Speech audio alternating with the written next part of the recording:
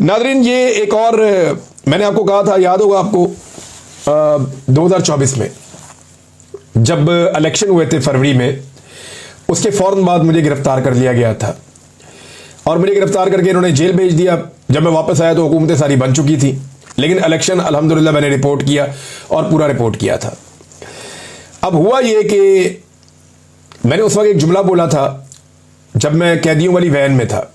मैंने कहा था कि ये एक जाली हुकूमत इनको बनाकर दी गई है और ये सीरियस ही हो गया कि ये इनकी हुकूमत है। यानी एक तो हुकूमत जाली है, जाली फार्म 47 के ऊपर बनाई गई है, और जिनको ये हुकूमत भीख में दी गई है वो सीरियस हो गए हैं कि वो इलेक्शन जीत के हुकूमत बनाकर आ गए हैं।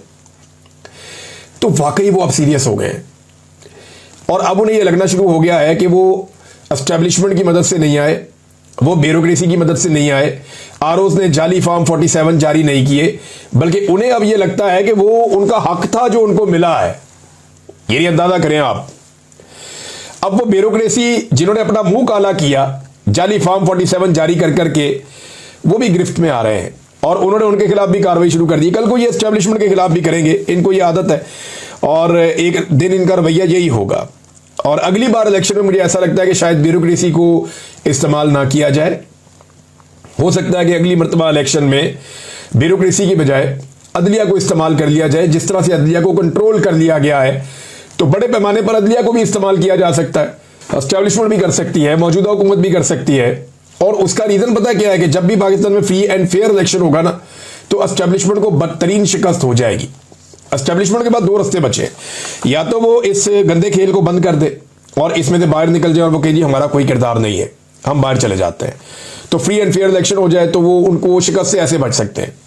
अदरवाइज वो जब भी कभी इंटरफेयर करने के लिए आएंगे तो अवाम उनके खिलाफ जाएगी, वो जिसको भी सपोर्ट करेंगे अवाम उसके खिलाफ खड़ी हो जाएगी। नाज़रीन, कल के दिन में इमरान खान साहब की जमानतें लगी हुई हैं सुप्रीम कोर्ट ऑफ पाकिस्तान में। मुख्तलिफ केसेस की अपीलें वहां पे सुप्रीम कोर्ट में गई थी। देखते हैं वहां पे क्या होता है। आज एक किताब है the war that change everything.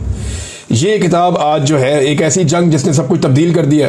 ये इंडिया पाकिस्तान की जो अभी लड़ाई हुई थी, 3 महीने के अंदर किताब भी आ गई है। इसकी लॉन्चिंग होने जा रही है, इसके ऊपर मैं आपसे बाद में बात करूंगा, कुछ चीज़ें आपको इसके बारे में बताऊंगा। लेकिन मौजूदा हुकूमत ने पाकिस्तान तहरीक इंसाफ से एक दरख्वास्त की है, एक अपील की है कि यौम आज़ादी पर एहतजाजी मुहिम ना चलाएं।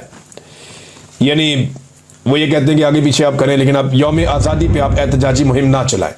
अब पाकिस्तान तहरीक इंसाफ जो है वो इसको एक अपॉर्चुनिटी के तौर पर इसलिए लेती है कि नॉर्मल दिनों में तहरीक इंसाफ को दीवार के साथ लगा दिया जाता है, बल्कि उनको दीवार में ही दबा देते हैं और चादर और चार दीवारी का तकद्दुस पामाल करते हैं।